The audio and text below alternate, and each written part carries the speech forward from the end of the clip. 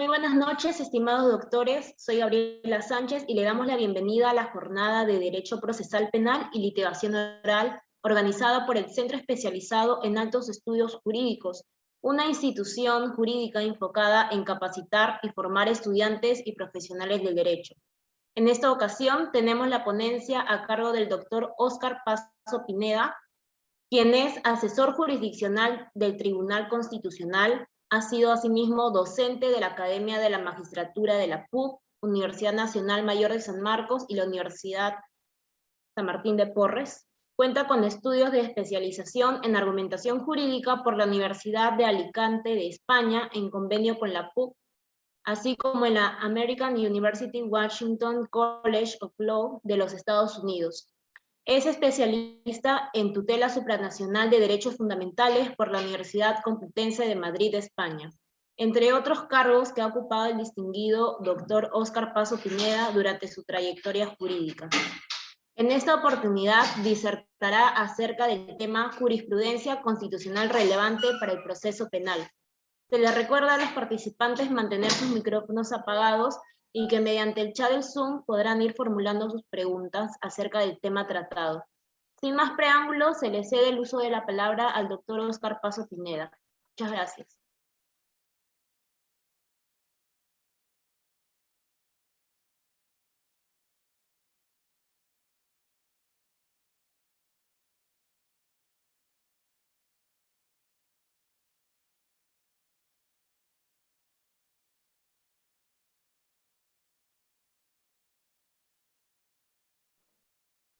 Por favor, Franz, que se le pueda ceder el micrófono al doctor, que le puedan permitir.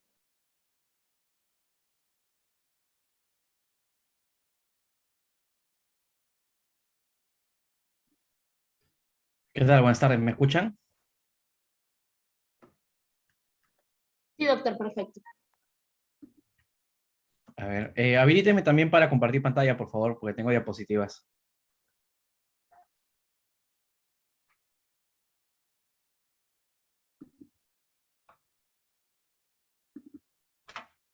Ya, ¿qué tal? ¿Cómo están? Buenas tardes.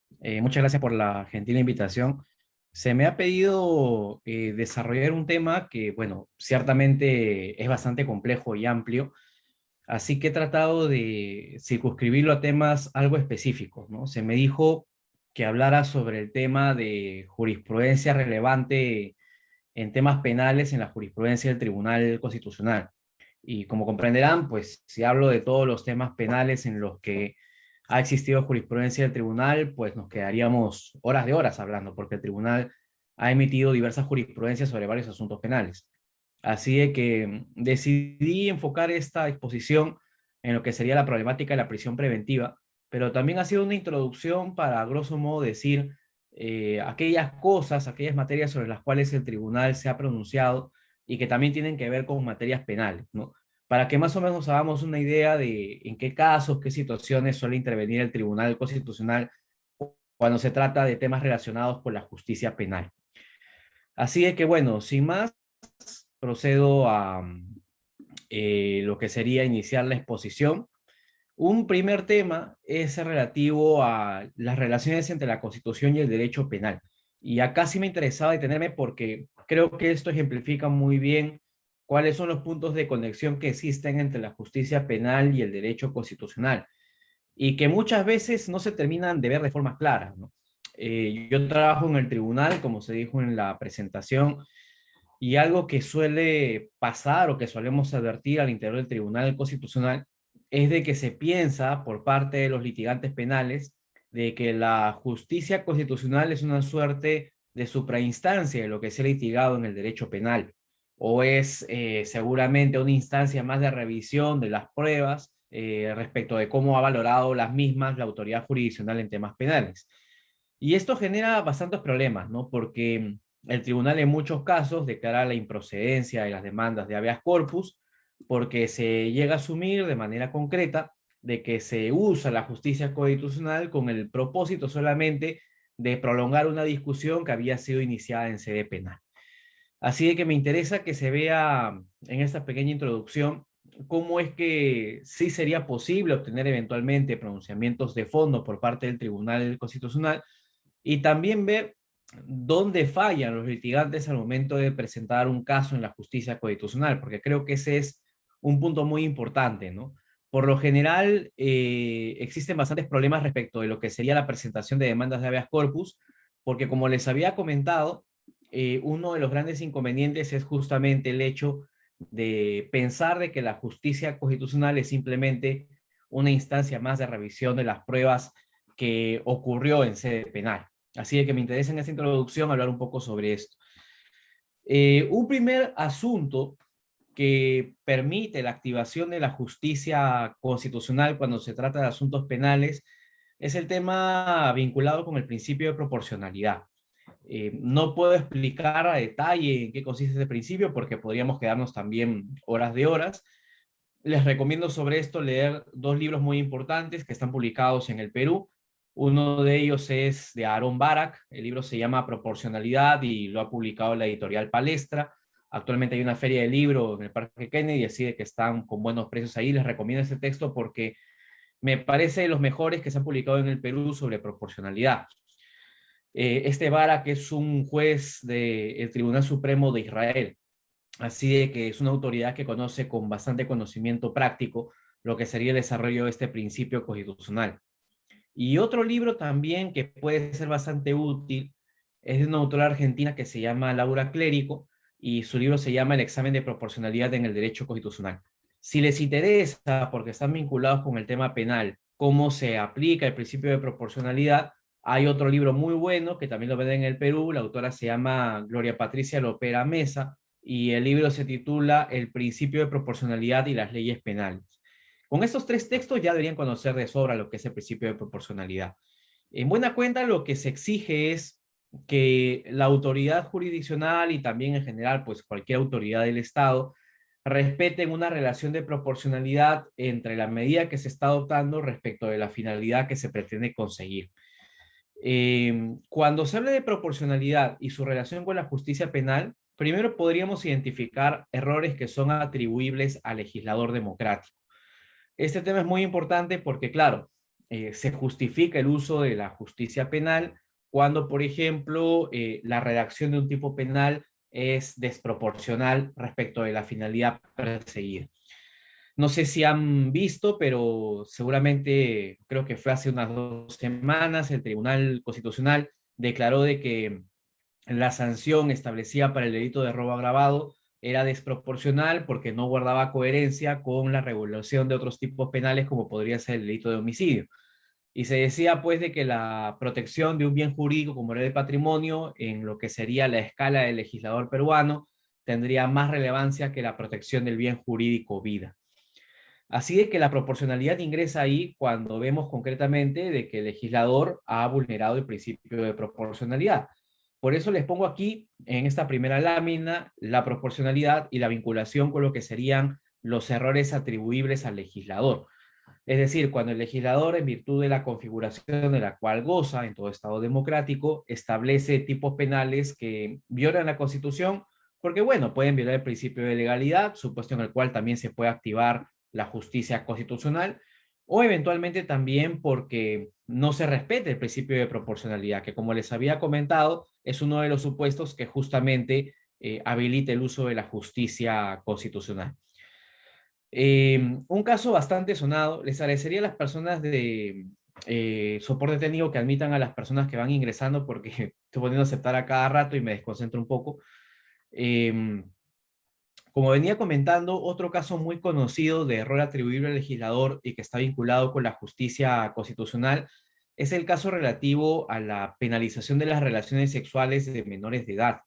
Este caso, me parece que es el expediente 008-2012 PI, fue bastante conocido en su momento porque el Tribunal Constitucional tuvo que afrontar una demanda de inconstitucionalidad a propósito de la aprobación de un tipo penal, creo que fue el gobierno de Alan García, donde habían aumentado mucho los casos de violación sexual de menores y la reacción del legislador penal, que bueno, es muy usual al menos en el caso peruano, fue la de aumentar las penas para el delito de violación sexual.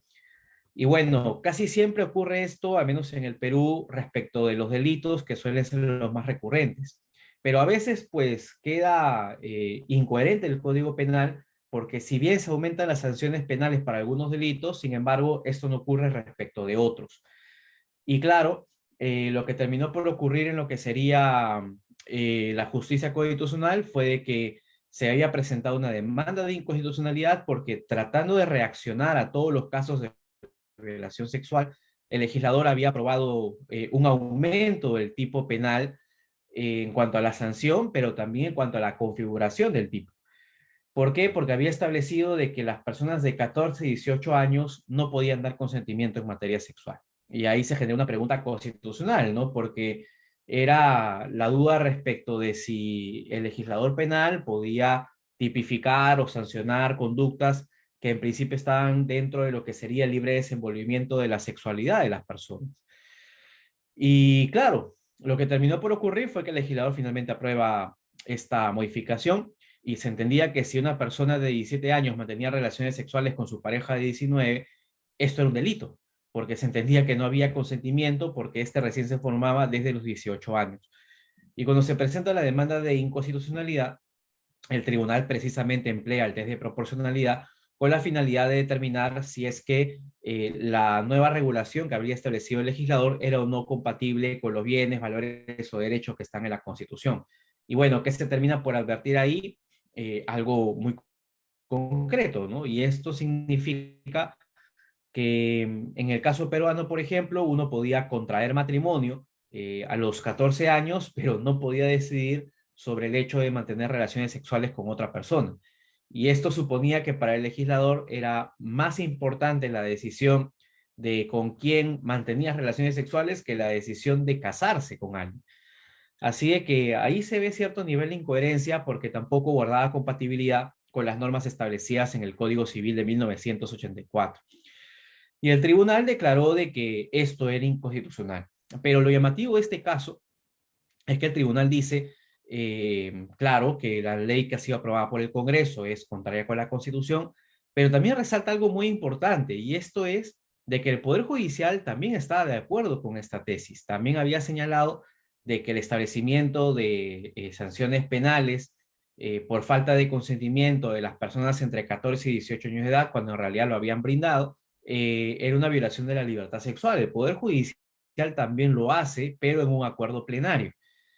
Y ahí el tribunal lo que advirtió es de que el Poder Judicial no puede hacer esta clase de pronunciamientos. Aquí también se ve cómo la justicia penal puede tener cierto manejo de la teoría constitucional, pero hay aspectos que todavía están pendientes de ser abordados en la justicia de este tipo. ¿Qué había ocurrido? De que en el modelo peruano, el único órgano que fuera de un caso concreto puede pronunciarse sobre la compatibilidad de una ley con la Constitución es el Tribunal Constitucional. La Corte Suprema no puede hacer esto. ¿Y qué había ocurrido en este caso? Vía un acuerdo plenario, o sea, no había existido un caso particular, sino que vía un acuerdo plenario. La Corte Suprema había declarado de que este tipo penal era incompatible con la Constitución, asunto sobre el cual el tribunal pues no discrepa, pero sí discrepa respecto de la forma, porque el Poder Judicial puede hacer esta declaración de incompatibilidad, pero en el marco de casos concretos. No lo puede hacer en el marco de lo que sería un acuerdo plenario. Y ahí el tribunal resalta esta idea de que fuera de un caso específico, solo le corresponde a él la declaratoria de inconstitucionalidad. Esto es para resaltar un poco lo que es el factor de errores atribuibles al legislador y que, bueno, pueden tener connotación de carácter constitucional, ¿no? En la elaboración, diseño, redacción de tipos penales. Otro punto son los errores atribuibles al juzgador. Y acá, bueno, creo que la mayoría aquí debe ser penalista. Me imagino todos los casos que deben ver donde no existe, pues, relación de proporcionalidad entre la medida dictada, que es la prisión preventiva, en relación con la finalidad perseguida, que es, pues, asegurar el desarrollo del proceso penal. Y sobre esto, pues, los medios de comunicación nos dan bastantes pruebas de lo que sería el no respeto de este principio de carácter constitucional. Me parece que un buen ejemplo que ocurrió hace poco fue el caso de esta mujer que había atropellado a dos personas en la avenida Javier Prado. Se le abre un proceso penal por homicidio culposo una persona pues que nunca había cometido un delito, que tenía un hogar, tenía un trabajo también bastante estable y demás, y pues por la presión de los medios de comunicación, el juez penal le dicta prisión preventiva, ¿no? Caso pues que por lo general no debería meritar esto, ¿no? Pero ya sabemos muy bien cómo el impacto mediático muchas veces genera juicios paralelos y hace que los órganos de justicia pues sientan una suerte de presión para dictar esta clase de medidas. Pero ahí se ve claramente cómo no se respeta la proporcionalidad, ¿no? Porque la finalidad que se buscaba por parte del juzgador, que era asegurar el desarrollo del proceso penal, se podía haber garantizado con otras medidas alternativas, como el caso de la comparecencia, sobre todo cuando tienes el caso de una persona que nunca había delinquido, que comete un delito culposo, que tenía un domicilio conocido, estaba por casarse y demás. Así de que ahí también, en estos errores atribuibles al legislador, se puede advertir una vulneración del principio de proporcionalidad, ¿no? Porque se selecciona una medida bastante gravosa para satisfacer el cumplimiento de una finalidad que bien también podría ser realizado a través de otro instrumento que el propio proceso penal otorga, ¿no? Que sería el caso de la comparecencia con restricciones. Así que sobre esto, pues ahí uno puede advertir cómo se notan las conexiones entre la justicia constitucional y la justicia penal. Estos aspectos pueden ser cuestionados en lo que sería el desarrollo de la justicia constitucional. Y el segundo gran bloque de cuestiones que la justicia constitucional advierte a propósito de lo que serían los casos penales es el tema de la motivación de las resoluciones judiciales. Este tema está muy vinculado con el anterior, porque, por ejemplo, en un caso de una resolución que determina la prisión preventiva respecto de un imputado, puede estar mal motivada justamente porque no se cumple el principio de proporcionalidad. O sea, hay un ligamen, pero no todos los casos en los que existe una vulneración del principio de motivación están asociados con una vulneración del principio de proporcionalidad. Claro, hay casos donde concurre esto, pero hay casos en los que no. Eh, ¿Qué es la motivación de las resoluciones judiciales? El Tribunal Constitucional ha dicho de que para que se pueda presentar un caso ante la justicia constitucional, donde, por ejemplo, querramos impugnar lo resuelto por parte de un juez penal o lo resuelto en el marco de un proceso penal, esta resolución, pues, en principio debería contener una motivación interna y una motivación externa. Y si cualquiera de estos dos ámbitos faltan o eventualmente, pues, han sido presentados de forma bastante defectuosa, se puede presentar un reclamo en la justicia constitucional.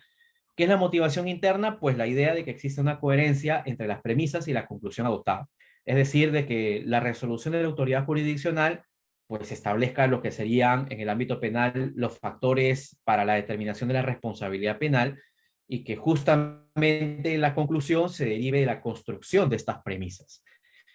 Por lo general, es un poco difícil que se vulnere la motivación interna, sobre todo en el caso de procesos penales, ¿no? Tendría que ser un descuido bastante fuerte por parte del juzgador para cometer alguna especie de error.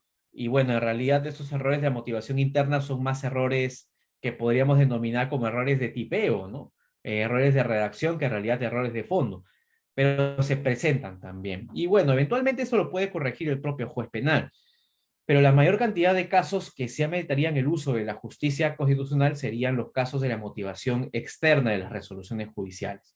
En la motivación externa lo que ya se cuestiona de forma particular es el uso de las premisas por parte de la autoridad jurisdiccional, es decir, si se ha aplicado la ley pertinente, si es que la ley que se está aplicando es o no inconstitucional, si es que, por ejemplo, fue reemplazada por otra ley en el tiempo y en realidad había una ley benigna que debió ser aplicada en lugar de la otra, la existencia de precedentes del Tribunal Constitucional o de la Corte Interamericana que no han sido tomados en cuenta, etcétera. La motivación externa se refiere a dos puntos concretos, ¿no? Lo que sería la premisa mayor y la premisa menor. La premisa mayor se asocia con lo que sería el precepto o el tipo penal que se quiere aplicar al caso. Cuando hay problemas de motivación externa asociados con la premisa mayor, como les digo, cuando no se selecciona correctamente la ley aplicable, cuando, por ejemplo, se quiere aplicar un tipo penal que es inconstitucional, cuando no se ha aplicado una ley que debió ser aplicada por el principio de retroactividad benigna, etc. Ahí están los problemas con la premisa mayor. Respecto de los problemas con la premisa menor, ya estamos hablando ahí de un problema de carácter probatorio, ¿no? La premisa menor está más bien asociada con los hechos del caso. Y claro, aquí ya está vinculada la argumentación jurídica con lo que sería cómo comprobar la responsabilidad de la persona a la que se ha involucrado en el proceso. Y aquí, en este punto de la motivación externa asociada con los hechos del caso, el tribunal también puede advertir, pues, de que no se han tomado en cuenta pruebas que son determinantes para comprobar la inocencia de una persona, declaraciones que son gravitantes también para exonerarlo de responsabilidad, o la existencia, pues, de factores en general que podrían ayudar a determinar de que no existe lo que podría ser responsabilidad penal en el caso. Un buen ejemplo aquí sería el caso de Viviana Yamoja, ¿no? Que, bueno, generó una discusión también en el ámbito penal, una discusión muy interesante porque lo que justamente había sido objeto de discusión era el tema relativo a la construcción de lo que serían máximas de la experiencia. Y bueno, en esta sentencia seguramente deben haber escuchado lo que básicamente dice el órgano que expide la sentencia condenatoria, es de que una máxima de la experiencia pues establece de que la persona que inicia una trifulca, una lucha, una pelea, por lo general pues es la que sale vencedora, o también se construyen otras máximas de la experiencia muy cuestionables a propósito de la pelea entre Yamoja con su madre, ¿no? Máximas de la experiencia, pues que no tenían que ver con el caso, ¿no? O también creer de que porque una persona tiene menos heridas, es la persona que, pues, inició el combate. Y eso tampoco es necesariamente cierto. Y la construcción de estas máximas de la experiencia de forma errada podrían ameritar la presentación de una demanda de habeas corpus porque no se ha justificado de manera correcta la resolución judicial respectiva. Así de que se puede articular la justicia constitucional, por ejemplo, cuando se emplea de forma errada una máxima de la experiencia o cuando la autoridad jurisdiccional pues acude a indicios que tampoco están comprobados. Hay algunos casos donde esta situación es un poco más delicada y bueno, ocurre en el caso de los delitos de violación sexual de menores de edad, ¿no?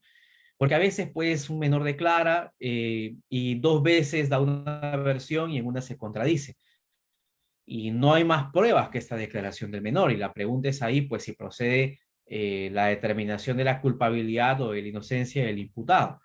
Y muchos de estos casos llegan al Tribunal Constitucional porque, claro, la resolución judicial está construida muchas veces sobre bases endebles, ¿no? Porque es un poco difícil en esta clase de casos comprobar el nivel de responsabilidad penal. Pero por lo general el tribunal, cuando son esta clase de casos, ha sido muy respetuoso de lo determinado en la justicia penal ordinaria. A menos de lo que yo he visto, el tribunal no suele involucrarse mucho con esta clase de casos porque ya de por sí entiende lo problemático que es desde el punto de vista probatorio establecer un nivel de responsabilidad en esta clase de situaciones. Y bueno, hablando ya del tema de la prisión preventiva, hay algunas cosas que siempre es interesante recordar, particularmente en el contexto de la pandemia, ¿no? Algo que uno ha podido advertir en los últimos meses, ya hasta podríamos decir años, con el desarrollo de esta pandemia, es de que muchos países en el derecho comparado adoptaron medidas para, por ejemplo, deshacinar los centros penitenciarios, algo que en el Perú, sin embargo, no ha ocurrido. De hecho, el tribunal, me parece que hace un año aproximadamente, ha expedido una sentencia en la que ha dispuesto una orden general hacia el Ministerio de Justicia y, bueno, podríamos decir que al Poder Ejecutivo para incentivar, promover lo que serían los deshacinamientos en los centros penitenciarios. No se ve todavía mucho avance respecto de lo que sea esta sentencia del Tribunal Constitucional, pero claro, es importante recordar que el tribunal ha tratado de enfrentar esto y sin embargo se enfrenta a una barrera muy poderosa que es muchas veces la no voluntad política de enfrentar un problema como este, ¿no? Por ejemplo, si ustedes ven el derecho comparado, a propósito de la pandemia, muchos países europeos y también sudamericanos, Chile es un buen ejemplo, adoptaron bastantes medidas para deshacinar los centros penitenciarios, justamente por la evolución de la pandemia, ¿no? Porque se advertía de que la cantidad de contagios crecía, la situación era inmanejable. De hecho, esto no solamente era poner en peligro a los propios presos, sino también al personal del INPE o incluso también a los familiares que querían visitar a las personas que estaban privadas de su libertad. Y bueno, en el caso de otros países generó respuestas, ¿no? Por ejemplo, personas que habían cumplido determinada cantidad de la pena podían obtener una excarcelación, claro, sujeto a determinadas reglas de conducta.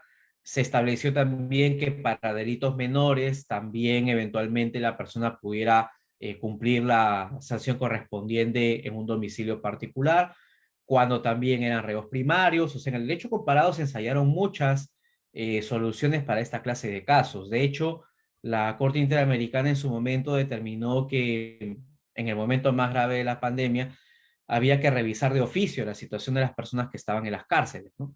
En el caso peruano, estamos casi un 50-50% de personas que cuentan con sentencia firme respecto de personas que no cuentan con una sentencia firme y que, por ejemplo, pues están ahí en prisión por una prisión preventiva.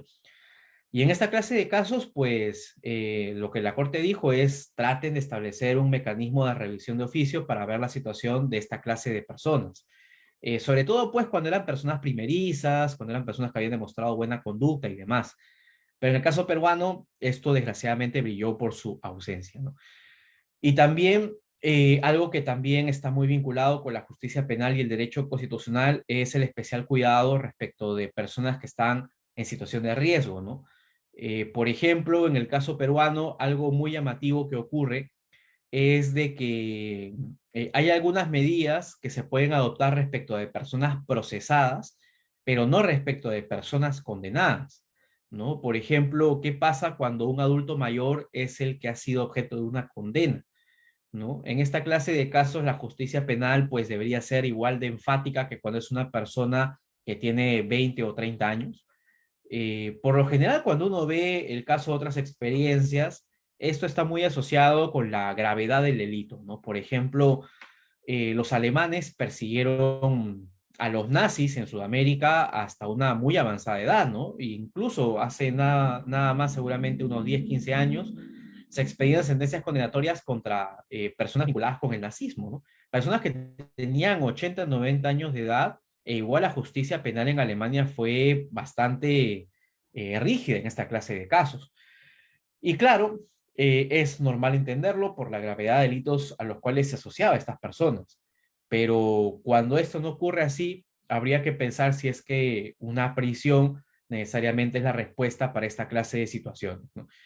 En el modelo penal peruano se pueden pedir arrestos domiciliarios, pero claro, hay un gran tema pendiente con lo que sería el uso de los grilletes electrónicos.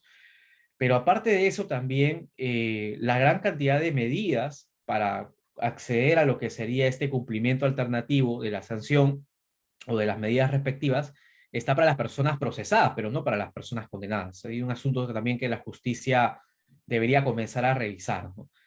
Y como les había comentado, pues esto supone también evaluar prisiones domiciliarias, ¿no? La justicia penal en el caso peruano por lo general es la regla y no es la excepción. Creo que sobre esto estamos todos de acuerdo y esto ha generado severos inconvenientes. Em, Pasando un poco a lo que sería la siguiente diapositiva, acá este tema que les había comentado respecto de la prisión preventiva y la justicia constitucional. Hay un gran aspecto que yo había comentado y que es relativo a los errores que se cometen por parte de los litigantes cuando desean presentar una demanda que, bueno, finalmente llega al Tribunal Constitucional. Y esto ocurre porque no se conocen con adecuada certeza las causales de improcedencia que suelen aplicarse en los procesos constitucionales, ¿no? Por ejemplo, hay una persona que busca impugnar una resolución judicial que fue manifiestamente arbitraria ante la justicia constitucional, pero no agotó el trámite en sede penal. Esta clase de casos llegan al Tribunal Constitucional. Hay personas que, porque ven una manifiesta vulneración, ya piensan que se puede acceder a la justicia constitucional. Y ahí hay un gran tema porque el código contiene algunas reglas, ¿no? Una de ellas es de que debe ser una resolución judicial firme. Primero tienes que agotar el trámite en el proceso penal respectivo y recién podrás acudir a la justicia constitucional. Y otro gran asunto también es que no se pueden pedir a los magistrados del Tribunal Constitucional que pues revalore el material probatorio que fue examinado por parte de la justicia penal. Por ejemplo, ahí en la lámina se dice que examina la justicia constitucional y lo que ha hecho el tribunal es, oigan, por si acaso, el tema de la valoración de la prueba y pues lo que sería la sustentación de la prueba son asuntos que en principio corresponden ser resueltos por parte del juez penal. Y esto lo comento porque muchas veces llegan demandas de habeas corpus en los que, no sé, imaginemos una persona fue condenada por tráfico ilícito de drogas, fue condenada, no sé, a 20 años de pena privativa de libertad. Existen 5 testimonios de cargo que lo vinculan con la comisión del hecho delictivo y solamente hay una declaración que eventualmente es favorable hacia él, de una persona que ni siquiera estuvo en el lugar de los hechos, ¿no? Imaginemos. Y lo que hace, pues, el imputado es presentar una demanda de habeas corpus, debidamente refrendada por un abogado, donde sostiene de que el juez penal no ha valorado correctamente los medios de prueba, o que, pues, a veces una persona ha sido condenada por robo agravado, eh, y está la declaración del agraviado, que reconoce plenamente al agresor, está la declaración seguramente de un testigo cercano al lugar de los hechos, pero bueno, hay un tercer individuo que no vio bien y pues bajo esta idea se piensa que como no vio bien al agresor, se debería exonerar de responsabilidad penal. Y esta clase de casos son presentados al Tribunal Constitucional, ¿no? Porque se dice, oye, en este caso, la autoridad jurisdiccional penal no ha valorado adecuadamente los medios de prueba de descargo. O también pues se trata de cuestionar el nivel de intensidad o de vinculación que el juez penal establece respecto del imputado. Esta clase de cosas en principio deben ser resueltas por la justicia penal. En el caso concreto de la prisión preventiva, por ejemplo, lo que ha dicho el TC es, a mí no me corresponde determinar la presencia de cada presupuesto de la prisión preventiva. Lo que sí me corresponde determinar es la concurrencia de los requisitos. Por ejemplo, esto ha sido objeto de algunos matices en la jurisprudencia del tribunal, pero lo que el tribunal quiere decir es, a ver, si la autoridad jurisdiccional ha justificado la presencia de todos los elementos asociados con la prisión preventiva, en principio este caso no debería ser resuelto por la justicia constitucional. Así de que si se ha determinado la vinculación del imputado con el delito respectivo, si hay un cálculo de la pena de alrededor de 4 años, y si es que pues eventualmente se llegara a comprobar de que concurren todos los requisitos para el dictado de la prisión preventiva, pues no hay vuelta que darle, ¿no? Se comprueba también de que no hay un domicilio establecido y bajo esta lógica pues se llega a determinar que existe peligro procesal también. Lo que ha dicho el tribunal es, a ver, si la autoridad jurisdiccional comprobó los 3 requisitos, en principio este asunto no lo veo yo. O sea, tú no puedes venir a polemizar si es que la valoración que hizo el juez en relación con el vínculo del imputado con el delito que se le atribuye, ese es un asunto que ya vio el juez penal. Tú no lo puedes cuestionar en la justicia constitucional.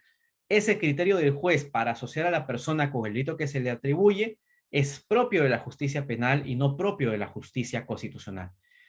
De similar forma, pues, cuando se habla del tema del peligro procesal, ¿no? La autoridad jurisdiccional procedió a la justificación respectiva y el tribunal dice, en principio, si los 3 elementos están debidamente presentados, yo no intervengo. Pero sí han habido casos donde la falta de motivación es tan notoria que el tribunal ha ingresado a polemizar respecto del establecimiento de los requisitos para el dictado de la prisión preventiva, ¿no?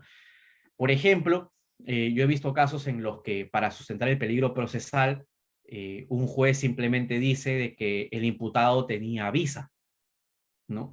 Y como tenía visa, podía viajar a cualquier parte del mundo. Esos argumentos, por ejemplo, fueron empleados por el juez para justificar la prisión preventiva. Y uno podría decir, oye, pero bueno, acabas de mencionar que según el Tribunal Constitucional no se examina la concurrencia en sí de un requisito, sino de que estén presentes los 3. Y claro, eso es cierto, pero el tribunal ahí maneja una línea de deferencia, de respeto respecto de la valoración del juez penal, pero cuando son casos como estos, donde pues el establecimiento de la concurrencia de uno de los presupuestos de la prisión preventiva es absolutamente arbitrario, el tribunal no tiene problemas en valorarlo. Así de que cuestiones como el hecho de que tenga una visa ya es motivo o peligro de fuga, o el hecho de que, por ejemplo, sea un policía, he visto casos también en los que una persona por el solo hecho de ser policía tiene que sufrir también prisión preventiva, independientemente de su rango. Son asuntos que sí puede examinar la justicia constitucional. Y bueno, en los casos de Keiko Fujimori y Ollanta Humala, el tribunal estableció pues requisitos también adicionales, ¿no? Por ejemplo, el tribunal ha establecido que el solo hecho de pertenecer a una organización criminal no puede justificar el dictado de una prisión preventiva, que el peligro en todo caso tiene que ser acreditado respecto de cada una de las personas en virtud de sus circunstancias particulares. Y claro, ahí vemos cómo es que sí hay cuestiones constitucionales en lo que respecta al dictado de la prisión preventiva que sí podrían ser conocidos en la justicia constitucional. Pero claro, no ingresemos a pensar de que la justicia constitucional es simplemente una instancia más de examen para ver cómo el juez penal valoró las pruebas al interior de su respectivo proceso. No cometamos ese error. La justicia constitucional sirve cuando particularmente hay estos problemas eh, que había comentado antes de motivación interna y de motivación externa. Problemas respecto del uso de las premisas, porque las leyes que son aplicables al caso, pues no eran las que finalmente aprobó la autoridad jurisdiccional penal, o también el tema relativo al error en lo que serían las premisas fácticas, ¿no? Respecto de los hechos o la calificación de los hechos al interior del proceso respectivo. Eso puede ser conocido en el ámbito de la justicia constitucional. Y lo que había comentado antes, ¿no? El tema de respeto del principio de proporcionalidad, que bueno, en el caso de las prisiones preventivas, desgraciadamente no es algo que se examine con mucho detenimiento, pero que es un factor bastante importante siempre y que debe ser valorado por parte del juez penal y que debe ser exigido por la defensa, ¿no? ¿Qué se dice respecto de la proporcionalidad? Hay un primer criterio que es el de idoneidad, ¿no? ¿Qué significa la idoneidad? Que la medida adoptada por parte del juzgador tiene que permitir de alguna forma la realización de una finalidad. O sea, en el caso de la prisión preventiva, la medida que ha sido adoptada, que es la prisión preventiva, tiene que tener como finalidad justamente el logro de los fines del proceso. Por lo general, este primer requisito de unidad se cumple, ¿no? Porque, claro, si a una persona la tienes encerrada en una carceleta, es claramente evidente de que no se va a fugar y va a estar presente para el desarrollo de todas las diligencias. Pero claro, hay que ver también algunos casos particulares, ¿no? Yo a veces conversaba con algunos amigos penalistas que me dicen, pues, muchas veces el fiscal trata de dictar prisión preventiva, incluso cuando mi cliente tiene problemas severos de salud. Hasta respecto de la medida del fiscal, determinar o comprobar la responsabilidad penal del imputado. Y si a una persona le exiges mucho y quieres que de todas maneras concurra el proceso bajo la figura de la prisión preventiva, puedes poner en peligro su vida, y al poner en peligro su vida puedes hasta hacer peligrar los fines propios del proceso penal, que es justamente, pues, entre otras cosas, tratar de prevenir la realización futura de hechos delictivos, incentivar el cumplimiento de la ley y varias finalidades más que se debaten en la doctrina penal.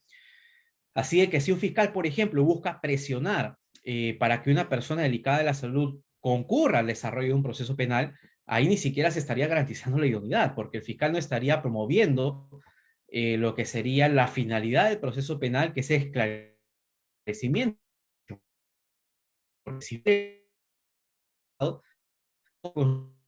construcción, toda esa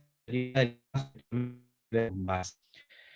El segundo criterio es la necesidad, y por lo general, pues este es muy lo que sería el juez. La necesidad de evaluar la concurrencia de medidas alternas que, siendo igualmente satisfactorias, pueden permitir la realización de la finalidad perseguida. Eso es. Así de que si en el interior del proceso penal existen medidas que deben caer sobre el imputado y que igual asegurarían su proceso y que no tengan que ser necesariamente la prisión preventiva o medidas severas en cuanto a la libertad personal, el juez penal de medidas. Así de que si se comprueba que mediante una comparecencia con restricciones, pues un imputado va a concurrir al proceso porque, por ejemplo, tiene un domicilio, tiene un empleo que ha sido menos estable, y para esta persona tendría mucho sentido dejar de lado todo esto simplemente para ver lo que sería una penal, por ejemplo, que no es respecto de un delito muy grave. Esta clase, por ejemplo, no son evaluados en la justicia penal, ¿no? Pero si es una persona involucrada con un delito que no es grave, tiene bastantes elementos a su favor para comprobar de que es inocente, pues que la justicia penal lo involucre con el dictado de una prisión preventiva carece de sentido, no solamente porque es desproporcional por tratarse de una medida, no se ve esta relación de necesidad, ¿no? Es necesario restringir tanto el derecho fundamental del imputado a la libertad personal para el logro de la finalidad del proceso penal en este caso. Eso se pregunta concretamente el principio de necesidad. Y lo que sería la proporcionalidad en sentido estricto, que reflexiona sobre el grado de realización de la medida cautelar frente a los derechos, ¿no? Que también es otro factor que por lo general es ignorado en la justicia de carácter penal.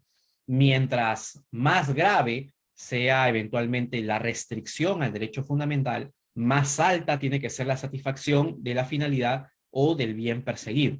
O sea, en este caso concretamente, si es que llegamos a advertir, por ejemplo, de que existe la necesidad de dictar prisión preventiva, pues mayor tiene que ser la necesidad de su dictado a propósito de la materialización de los fines del proceso penal. De ahí también, algo que también se ha estado discutiendo bastante en lo que sería la prisión preventiva es el tema relativo a la prisión preventiva y la concurrencia de otras medidas alternas. El Sistema Interamericano de Derechos Humanos, por ejemplo, se pronunció a propósito de lo que era la pandemia y el dictado de prisión. La Comisión Interamericana de Humanos cuenta con un informe importante que es el de la prisión, porque ahí están colgados muchos informes que les pueden servir para sus procesos. Hay uno sobre prisión preventiva, donde justamente la comisión resalta esta tesis, esta idea de que es pues una medida que tiene que ser empleada solamente para los casos más severos. La Comisión y la Corte Interamericana han enfatizado mucho la necesidad de un uso excepcional de la prisión preventiva, así de que puede ser empleado en sus casos para sustentar los pedidos de la defensa, y también el Tribunal Constitucional lo ha sido y bastante, ¿no? De hecho, en algunos casos, algunas personas piensan que mucho, ¿no? En el caso, pues, de Ollantaytamala y Nadine Heredia, también el tribunal llegó a establecer algunas reglas respecto de la prisión preventiva, que para algunos eran innecesarias, ¿no? Y que, bueno, terminaron justificando el hecho de que la demanda sea declarada fundada por parte del Tribunal Constitucional. Para la Comisión Interamericana, por ejemplo, hay varios factores que deben ser en cuenta al interior del proceso penal, ¿no? Perú está muy evaluado básicamente la promesa del imputado, ¿no? Es decir, el hecho de que el imputado da su palabra de que va a concurrir al proceso, con lo cual pues se compromete a cumplir con la comparecencia con restricciones respectivas, es un factor que en el sistema interamericano, pero en el Tribunal Constitucional peruano no se ha tomado mucho en cuenta eso por bastante situación peruana. Pues desgraciadamente la promesa del imputado por sí sola no es un factor a considerar, claro, por sí sola, pero un lado respecto de otras días, sí es un factor que debe hacerse para justificar el hecho de que se dicte la comparecencia y no la prisión preventiva. También la Corte y la Comisión han enfatizado el tema de la retención de documentos de viaje, ¿no? Así de que si se puede retener, por ejemplo, lo que sería el pasaporte para la que persona no viaje al extranjero, es una medida que también podría salvaguardar el desarrollo de la finalidad del proceso y al propio tiempo no justificaría el dictado de una prisión preventiva respecto de la persona del imputado. También cuando se llega a comprobar de que hay una tercera persona que está dispuesta a hacerse cargo del imputado o alguna institución en particular que también lo pueda hacer, cosa que no se apela o se acude siempre a la justicia penal y particularmente a las cárceles respecto de esta clase de casos. Lo que enfatizan la Comisión y la Corte es de que si una persona en particular pues se compromete a cuidar al imputado o una institución en particular también lo hace, pues en esta clase de casos no sería necesario tampoco acudir a la justicia penal con el uso de establecimientos penitenciarios. Y un tema muy delicado siempre es el tema de la violencia doméstica, ¿no?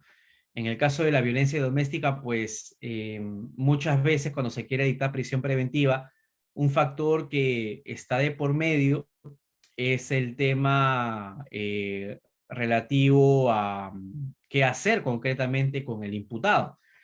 Si se le dicta prisión preventiva, bueno, la pareja que ha sido agredida se queda en el hogar y en principio está tranquila. Pero claro, por lo general, como esto no ocurre así, ¿qué pasa en el caso concreto de la que ha sido víctima de la violencia? ¿No? No puede estar en el mismo lugar que su agresor, pero muchas veces la persona que ha sido víctima está en inferioridad económica, está en una situación de vulnerabilidad y tiene que permanecer junto a lo que sería la figura del agresor. Eso genera un dilema en el derecho penal, ¿no? Porque en realidad lo más cómodo seguramente sería de que a la persona se le someta a prisión preventiva para que no pueda estar materializando nuevas agresiones en contra de la pareja. Pero eso también compromete la presunción de inocencia. Hace poco el Tribunal Constitucional sacó un pronunciamiento a propósito de estas medidas de protección que suelen dictarse al interior del Ministerio de la Mujer y también otras entidades del Ejecutivo, y las ha confirmado como constitucionales, ¿no? Existieron cuestionamientos relativos a lo que sería una eventual inconstitucionalidad por vulneración del derecho a la defensa, por ejemplo, pero el tribunal terminó confirmando la constitucionalidad de esta clase de medidas de protección. O sea, al menos en la justicia constitucional peruana se han avalado esta clase de flexibilización de criterios para el dictado de medidas de protección por parte del Poder Ejecutivo. La obligación de presentarse periódicamente ante un juez, creo que esto no es mayor novedad, es el caso de la comparecencia, es una medida que puede ser empleada tranquilamente en lugar de la prisión preventiva. Prestación por sí o por tercero de una caución, que bueno, en el modelo peruano no es algo tan recurrente, pero sí en los países de tendencia o modelo anglosajón, como el caso de los Estados Unidos. Y claro, eso genera pues muchas veces preocupación porque es una especie de herramienta que le permite a las personas que cuentan con cierto poderío económico de salvarse, por decirlo de alguna manera, de las consecuencias que podrían derivarse de un dictado de una prisión preventiva. La Comisión Interamericana resaltó el tema de observar el deber de tutelar la igualdad material en esta clase de casos, ¿no? Esto supone la idea de que no le puedes exigir lo mismo a una persona que gana 100.000 soles mensuales a otra que gana 5.000. Así de que lo que se exige en esta clase de criterios es de que no solamente las personas con poder económico puedan acudir a este mecanismo para poder evitar lo que sería el dictado de una prisión preventiva. Y lo que también se enfatiza es de que esta caución no debería incluir la reparación del daño, lo que debe entenderse como un concepto claramente separado. Y también el impedimento de salida del país, que es otra medida bastante conocida en el modelo peruano, que en realidad de por sí debería bastar en una gran cantidad de casos para garantizar la presencia del imputado en el proceso respectivo. Sin embargo, pues muchas veces, como había comentado, la existencia de estos juicios paralelos en los medios de comunicación, la presión de la sociedad, terminan por generar que para el juez sea más una obligación que una facultad el dictado de una prisión preventiva. Y bueno, lo que sería la vigilancia mediante algún aparato de rastreo, que es algo que en el Perú se fomentó en algún momento, se empezó a discutir sobre esta posibilidad. Sin embargo, pues desgraciadamente la falta de recursos económicos ha hecho de que no se pueda acudir a los grilletes electrónicos, ¿no? En realidad aliviarían muchas cosas esta clase de grilletes, porque podrías tener una persona plenamente localizada y podría estar pues cumpliendo la medida dictada por parte de la autoridad jurisdiccional.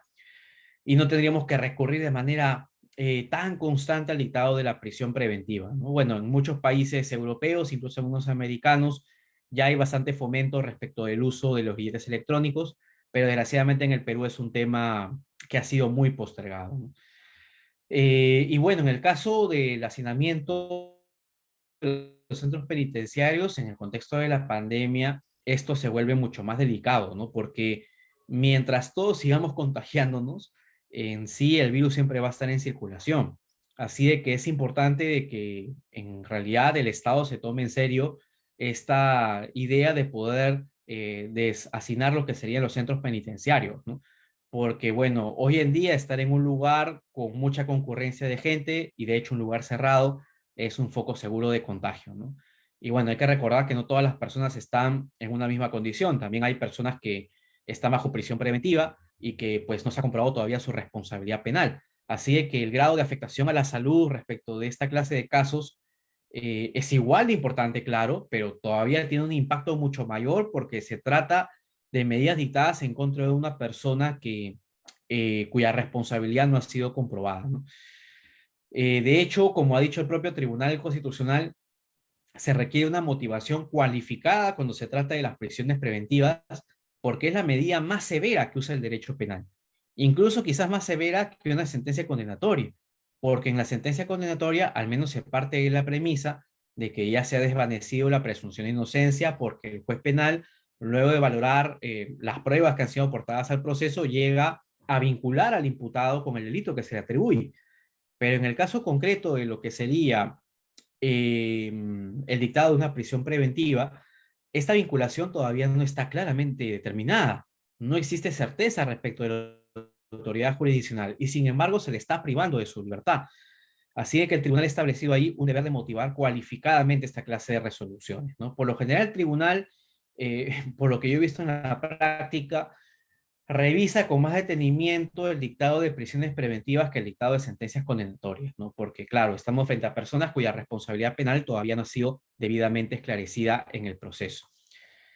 Eh, una figura que se empleó en la justicia constitucional de forma más o menos reciente y que, bueno, sin embargo, no he visto que el tribunal haya vuelto a emplear, pero es algo como para que lo tomen en cuenta, es esta famosa idea de la firmeza sobrevenida, ¿no? El Código Procesal Constitucional establecía que solamente puedes cuestionar al interior de procesos penales lo que sería una resolución judicial firme, ¿no? Es decir, cuando ya agotaste todos los mecanismos de impugnación establecidos en la ley. Pero en el caso de Yantumala y Keiko Fujimori, el tribunal estableció una figura por mayoría de la firmeza sobrevenida. ¿Qué es esta firmeza sobrevenida? Pues que si bien la defensa, tanto de Yantumala como de Keiko Fujimori, había acudido de forma prematura a la justicia constitucional, porque se había presentado la demanda de habeas corpus cuando todavía se estaba tramitando un recurso de casación penal para anular el dictado de las prisiones preventivas, lo que el tribunal advirtió fue de que cuando se desarrolló la audiencia pública ante su sede, o sea, ante la del Tribunal Constitucional, ya se había expedido un pronunciamiento en el marco de esta casación que habían sido también iniciada por la defensa de Keiko Fujimori y de John Tumal. Y el tribunal dijo, bueno, ya esto quedó firme al interior del proceso penal. Claro, esto ocurrió luego de que se haya presentado la demanda de habeas corpus, pero como esto ya se dictó, o sea, como ya se resolvió la situación jurídica de estas dos personas de forma definitiva y se rechazó el recurso de casación, ya es competente el Tribunal Constitucional para expedir pronunciamiento de fondo. A esto el tribunal lo llamó firmeza sobrevenida porque, claro, la resolución se volvió firme, pero luego de la presentación de la demanda de habeas corpus.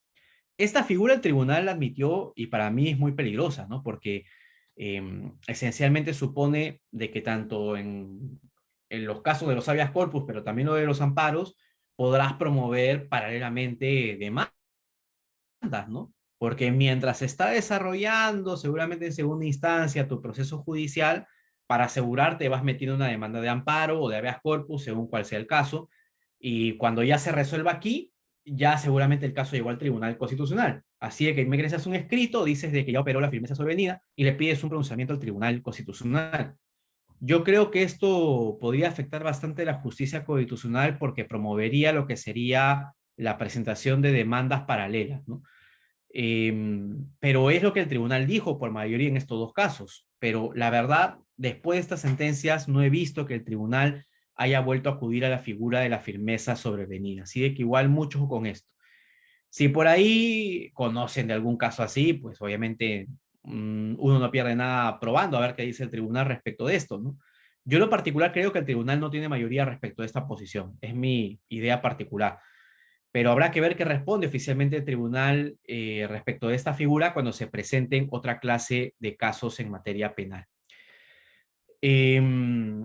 Como les había comentado también, en el caso concreto de la prisión preventiva, pues existía un deber de motivación cualificada porque concretamente en el caso de las personas bajo esta figura, pues no se había desvanecido todavía lo que era la figura de la presunción de inocencia. Y esto supone concretamente de que se está disponiendo la aplicación de la medida más grave con la cual cuenta el derecho procesal penal, que es el dictado de una prisión, de la restricción de la libertad, sobre una persona cuya culpabilidad todavía no ha sido esclarecida al interior del proceso.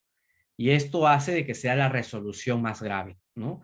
Y por eso tanto la Corte Interamericana como la Comisión, como el Tribunal Constitucional, se preocupan bastante respecto de la necesidad de que existan resoluciones judiciales muy bien fundamentadas en esta clase de pedidos, ¿no?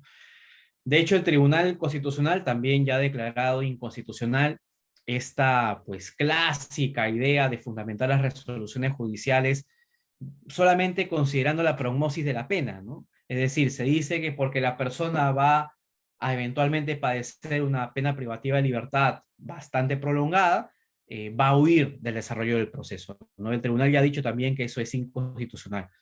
Así que siempre mucho ojo con esta clase de generalizaciones al momento de fundamentar las resoluciones que dictan una prisión preventiva respecto de una persona. Eh, y bueno, como les había comentado, otros asuntos que también aborda la jurisprudencia del Tribunal Constitucional es de que hay que motivar el plazo de la duración de la prisión preventiva, ¿no? Porque si pues dictamos el plazo máximo para eventualmente lo que sería un delito de no tanta envergadura, el tribunal también ha reconocido que es competente para conocer esta clase de casos por incumplimiento del principio de proporcionalidad. También el tribunal dijo en el caso Llanta Humala de que hay que valorar los medios de prueba que fueron presentados por la defensa, ¿no? Y esto ocurre respecto del presupuesto de la vinculación del imputado con el delito que se le atribuye. Por lo general acá, el juez solamente toma en cuenta los elementos del Ministerio Público, pero no los elementos que son aportados por parte de la defensa. Y el tribunal dijo, a ver, si quieres dictar prisión preventiva, sobre todo en lo que se refiere al presupuesto y la vinculación del imputado con el delito que se le atribuye, también tiene que valorar y, de ser el caso, descartar la presencia de medios de prueba de descargo. El tribunal también ha sostenido este criterio que les había comentado de que la sola gravedad del delito, de la pena, no es razón suficiente para el dictado de la prisión preventiva.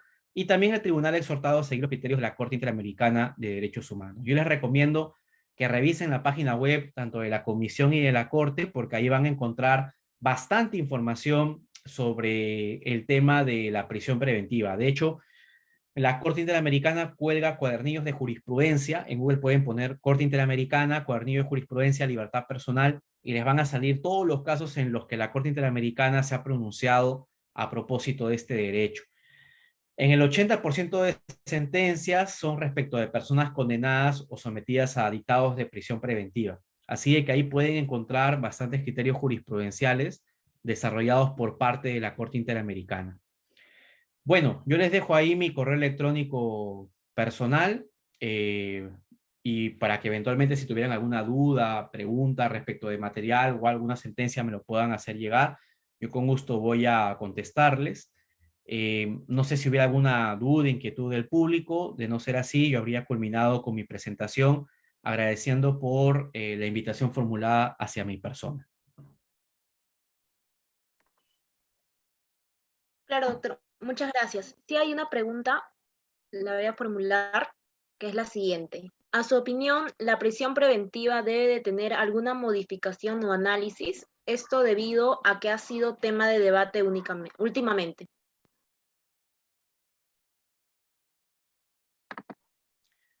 Bueno, yo creo que en el Perú hay un gran problema, eh, que es el problema de tratar de responsabilizar a las leyes de cosas que en realidad son responsabilidad de las personas o los funcionarios. Ha ocurrido con las figuras pues, que se debaten hoy en día, como la vacancia por la incapacidad moral, la cuestión de confianza y demás, que son figuras que no habían generado problemas, sino hasta seguramente los últimos años, ¿no? Y en lo particular creo que algo así también podríamos decir respecto de lo que sería la prisión preventiva, ¿no? No me parece una figura que haya sido excesivamente regulada o mal incorporada en el Código Procesal Penal. De hecho, en el derecho comparado, bastante uso de la prisión preventiva para determinar. Quedan bastantes dudas. Es en el tema relativo a lo que sería el manejo o el uso que tienen los jueces penales respecto de esta figura, ¿no? Muchos casos polémicos en donde claramente el problema no está en sí en la herramienta, sino en cómo es aplicada por parte de las autoridades jurisdiccionales. Y acá viene un problema de fondo mucho más grande, ¿no? Que también debería ser evaluado. Este problema de fondo tiene que ver justamente con lo que sería eh, el establecimiento de sanciones, ¿no? Para lo que serían los jueces que eventualmente deciden no aplicar la prisión preventiva. Creo que hemos visto bastantes casos en materia penal donde pues un juez no dicta una sentencia condenatoria o eventualmente no dicta una prisión preventiva y se le inicia inmediatamente una investigación.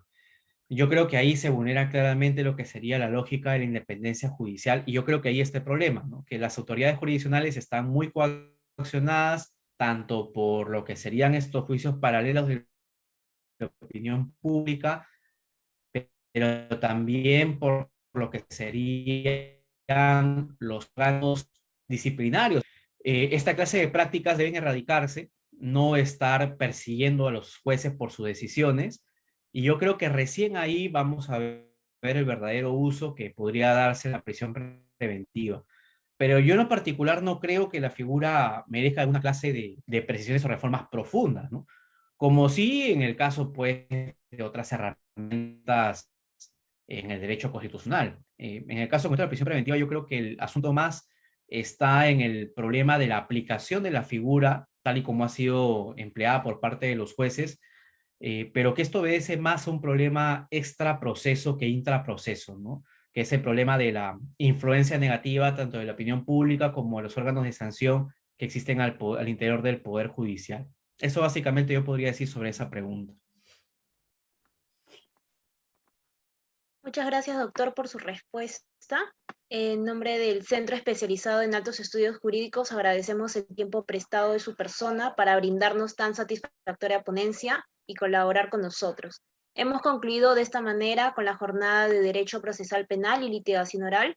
Agradecemos también la presencia de los participantes y con gran certeza esta charla jurídica ha sido de gran amplia información y extensa. Eh, Nos es grato contar con componentes de tan alta relevancia como lo es usted. Y muchas gracias, doctor, nuevamente. Esperamos contar con usted para eventos posteriores. Invitamos de igual manera a los participantes que puedan prender su cámara para poder tomar una foto final. Muchas gracias.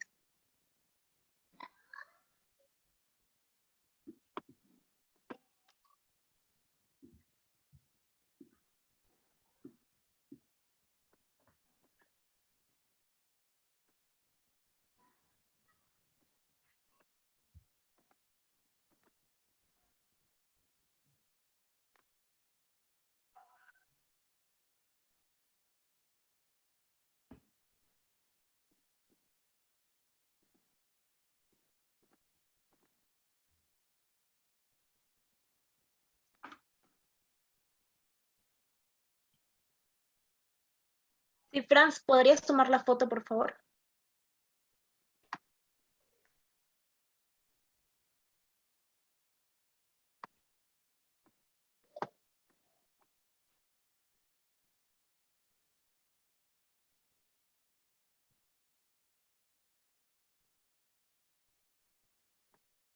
Bien, asimismo, se les recuerda a los participantes de que en el chat de Zoom van a poder encontrar el link de formulario para que puedan registrar su asistencia. Muchas gracias.